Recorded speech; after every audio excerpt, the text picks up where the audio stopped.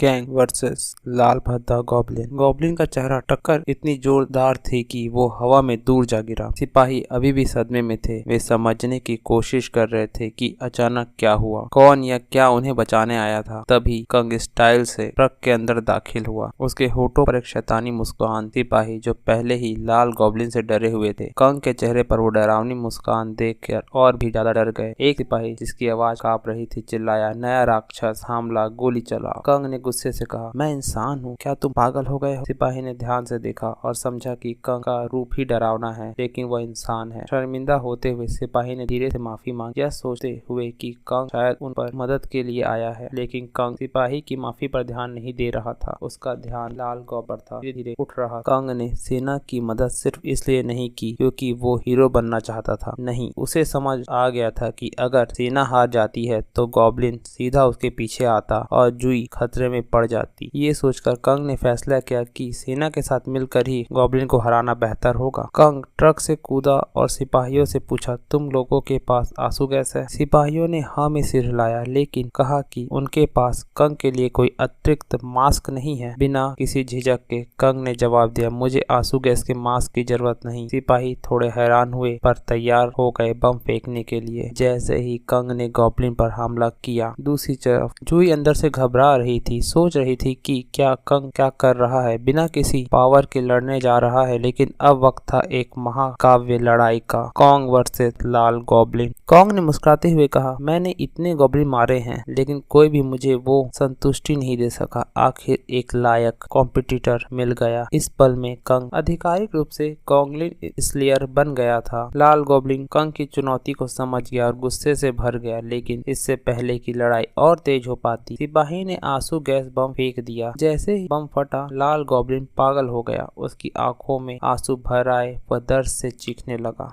कंग की आंखों से भी आंसू बहने लगे, लेकिन उसने इतना दर्द झेला था कि अब उसे कोई फर्क नहीं पड़ता था, जैसे यह सब एक मजेदार खेल हो। कंग गॉब्लिन पर टूट पड़ा, लगा पागलों की तरह हंसते हुए कुछ गॉब्लिन को मारने के लिए उत्तेजित महसूस किया। कंग ने उस गंदे लाल गॉब्लिन की तरफ दौड़ लगाई, पानी बहने के बावजूद, और गॉब्लिन पर एक हमले की बौछार उसने कर दी। गॉब्लिन कुछ नहीं कर पाया, बस अपनी आंखें बंद कर खड़ा रहा और जवाबी हमला नहीं कर सका। लेकिन कुछ समय बाद कांग ने देखा कि उसके हमले गॉब्लिन को खरोच भी नहीं पा रहे थे। सैनिक दूर से देख रहे थे और सोच रहे थे, क्या यह पागल आदमी सचमुच में कोई अवेकनर इंसान ही है? तभी एक आवाज ने कहा, मुझे लगा कि मैं ही हेल्प के लिए यहाँ आया हूँ। यह आदमी कौन है? रहस्यमय व्यक्ति ने पूछा। रहस्यमय व्यक्ति ने दूर से कांग को देखा और नोटिस किया कि कांग के इतने सारे प्रयास के बावजूद उसकी तलवार, जो कि पूरी तरह खराब होने की कगार पर थी, गॉब्लिन्स को अब तक कुछ नुकसान नहीं पहुंचा पाई थी। कांग की आंखों में आंसू भर गए, गॉब्लिन्स की त्वचा पर ध्यान केंद्रित करते हुए, जो बेहद कठिन थी, जैसा कि उसने सोचा नहीं था। कांग सोचता है, अगर मेरे पास अपनी क्षमताएं होती तो वह गॉब्लिन्स को एक पल में काट देता, लेकिन उसके बिना असली नुकसान पहुंचाना लगभग असंभव था। जैसे ही कांग सोच रहा था कि अगला कदम क्या उठाए, कोई तेज गति से उसके पास से गुजरा और लाल गॉब्लिन्स पर हमलों की बौछार कर दी। कांग हैरान था, यह आदमी तेज है, इसमें कोई शक नहीं, लेकिन इस नए हमले के बावजूद भी लाल गॉब्लिन्स पर एक खरोच भी नहीं आई। तेज आदमी ने कांग की आंखों में आंखें डालकर कहा, क्या तुम अवेकनर हो? अगर हाँ, तो हमारे पास परिचय का समय नहीं है, हमें इस लाल टमाटर को गिराना होगा। कांग ने सहमति से सिर हिलाया और दोनों ने मिलकर गॉब्लिन्स के खिलाफ समन्वयी हमला शुरू कर दिया। कांग ने पीछे से हमला किया जबकि तेज आदमी ने सामने से, लेकिन फिर भी गॉब्लिन्स पर कोई खरोच नहीं आई। कांग ने महसूस किया कि गॉब्लिन का शरीर असाधारण रूप से बहुत ज्यादा कठोर है, सामान्य हमलों का उस पर कोई असर नहीं हो रहा है। उसकी तलवार टूटने को है। उसने एक नुकीली कुल्हाड़ी को पास में देखा, उसने उसे उठाया और तेज आदमी ने देखा और कहा, मेरे पास गति है और तुम्हारे पास शक्ति। कांग ने कुछ नहीं कहा, बस गंभीर रूप से कुल्हाड़ी उठाई, जानकर कि इसे समाप्त करना बहुत जरूरी है। कांग ने सोचा, यह गंदा लाल गॉब्लिन बस बचाव कर रहा है और पलटवार का इंतजार कर रहा है। जब आंसू गैस खत्म हो जाएंगे, मुझे गॉब्लिन की कमजोरी जल्द से जल्द ढूंढना होगा। उसने सोचा कि गॉब्लिन का शरीर लोहे की तरह कठोर है, लेकिन शायद कहीं न कहीं कोई नर्म जगह तो होगी। उसकी आंखें, उसका मुंह, लेकिन गॉब्लिन की सुरक्षा बहुत मजबूत थी। तभी कांग के दिमाग में एक विचार आया, उसे नारुतो की याद आई। उसने कुल्हाड़ी के साथ गॉब्लिन की तरफ दौड़ लगाते हुए चिल्लाया। जैसे उसने एक सटीक मोशन में गॉब्लिन को छेदा, लाल गॉब्लिन दर्द और सुख का अजीब मिश्रण महसूस किया। वह सेंसेशन को समझ नहीं पाया। तेज आदमी भी कांग के किए गए इस वार से बहुत ही चकित था। कांग ने ट्विस्टेड स्माइल के साथ ककाशी के 100 Years of Death extreme version का उपयोग किया। कुल्हाड़ी को गंदे लाल गॉब्लिन के अंदर गहराई में डालते हुए यह पहली बार चेरी पॉप करने का एक हेलिस्ट वे है। कांग ने बहरी और गहरी संतोषजनक आवाज में कहा, अब मैं तुम्हें दिखाता असली नर्क क्या है, और बस बम तोड़ने के लिए इतना ही काफी था। अलविदा।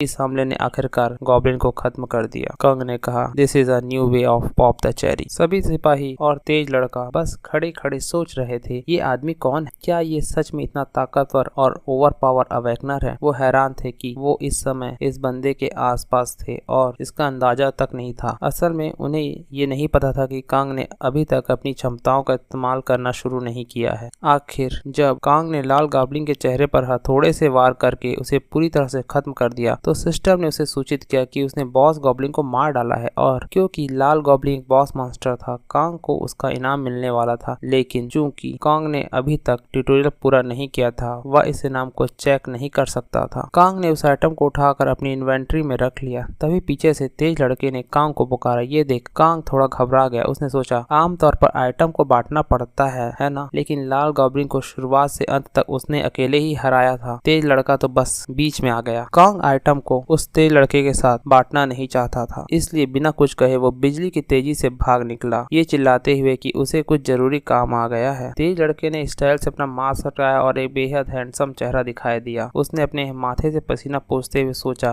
मैं इस बंदे से लड़ना चाहता। कई घंटे बाद जब कांग ने उस हॉब गॉब्लिन को हराया था, शाम हो चुकी थी। कांग ने जूही को वापस घर उसके ले गया। रात के समय आखिरकार वह घर पहुंचा, कपड़े बदले, नहाए और फिर डिनर टेबल पर बैठ गया। जूही ने स्वादिष्ट मैगी और टोफू बनाया था, लेकिन वो हैरान थी यह देखकर कि कांग रामेन ऐसे खा रहा था जैसे कल से नहीं खाया हो। अभी वो शौक में ही थी कि उसने अपना फोन कांग को दिखाया। कांग की आंखें हैरानी से फैल गई। किसी ने कांग की चेरी बस्टिंग फाइट रिकॉर्ड करके यूट्यूब पर अपलोड कर दी थी और वो रातों रात वायरल हो चुकी थी। वीडियो के व्यूज की देखकर कांग ने अपनी कुर्सी से उछल पड़ा और चिल्लाया, क्या ये सच में मैं हूँ? क्या मेरी वीडियो को इतने व्यूज मिल गए? जूही ने समझाया कि उसके किसी दोस्त ने जो कांग से मिलवाने के लिए परेशान कर रहा था, ये वीडियो रिकॉर्ड कर डाली। कांग अभी भी सदमे में था, लेकिन जब उसने कमेंट्स पढ़े तो लगभग बेहोश हो गया। हर कोई कांग की तारीफ कर रहा था। यह देख कांग के चेहरे पर एक अजीब शैतानी मुस्कुराहट आई। उसके गाल थोड़े लाल हो गए और वह अजीब तरीके से हंसने लगा। जूही कांग के इस रिएक्शन से हैरान हो गई, लेकिन कुछ सेकंड बाद वह चुप रही। लेकिन जब कांग ने अपनी बहन को चुप देखा और उसकी शक्ल देखी तो वह समझ गया कि वह उसका मजाक उड़ाने वाली। लेकिन इससे पहले कि वह कुछ कह पाती, कांग ने फिर से कमेंट्स पढ़ना शुरू कर दिया। उसने देखा कि लोग इस शक्ल का भी मजाक उड़ा रहे हैं। कुछ कह रहे हैं कि इसका चेहरा किसी अपराधी जैसा लगता है जिसने अभी भी जेल से भागकर 5000 से 10,000 लोगों को मार डाला हो। एक लड़की ने तो यह तक कह दिया कि अगर वो उसे रास्ते में दिखता है तो डर के मारे उसकी हालत खराब हो जाएगी। कमेंट्स पढ़ते पढ़ते रात हो गई और कांग सोने चला गया। जूही उसे कमरे में आई और उसे बोली, अगर तुम कल सुबह फिर चिल्लाकर उठे तो अच्छा नहीं होगा। जूही हर रोज सुबह 4 बजे कांग की चीखें सुनती थी, लेकिन कांग ने पलकें झपकाई और खुशी में अंगूठा दिखाते हुए कहा, चिंता मत करो, यह स्टेज बहुत मजेदार है। असल में मैं कल सुबह इतने खुश होकर उठूंगा कि नाश्ते में भालू खरीदने का सुझाव देता हूँ। जूही पूरी तरह से आश्वस्त नहीं थी, लेकिन थोड़ी मुस्कुराते हुए कमरे से चली गई। जब कांग बिस्तर पर लेटा तो थोड़ा गंभीर हो गया। उसके दिमाग में अभी भी उस बदसूरत गॉब्लिन से लड़ाई घूम रही थी। वो गॉब्लिन बहुत ताकतवर था। अगर वो एक एफ रैंक डंजन का बॉस मॉन्स्टर इतना मजबूत था तो कांग को जल्द से जल्द अपने ट्यूटोरियल पूरे करके अपनी ताकत हासिल करनी होगी ताकि वह अपने परिवार की रक्षा कर सके। इसी दृढ़ निश्चय के साथ आखिर कांग सो गया। सोते समय कांग खुद को उस सकूबस के बारे में सोचते हुए पकड़ लेता है जो शायद उसे सोते समय मार डालती। लेकिन आगे क्या हुआ, अगली बार मिलते हैं। चैप्टर 1 से 10 तक अब एंड हो चुके हैं। नेक्स्ट चैप्टर 11 to 20 देखने के लिए सब्सक्राइब करें। हम 500 सब्सक्राइबर्स तक पहुंचने वाले हैं। मुझे पता है आप ये कर सकते हैं। मिलते हैं next chapter. Like share subscribe.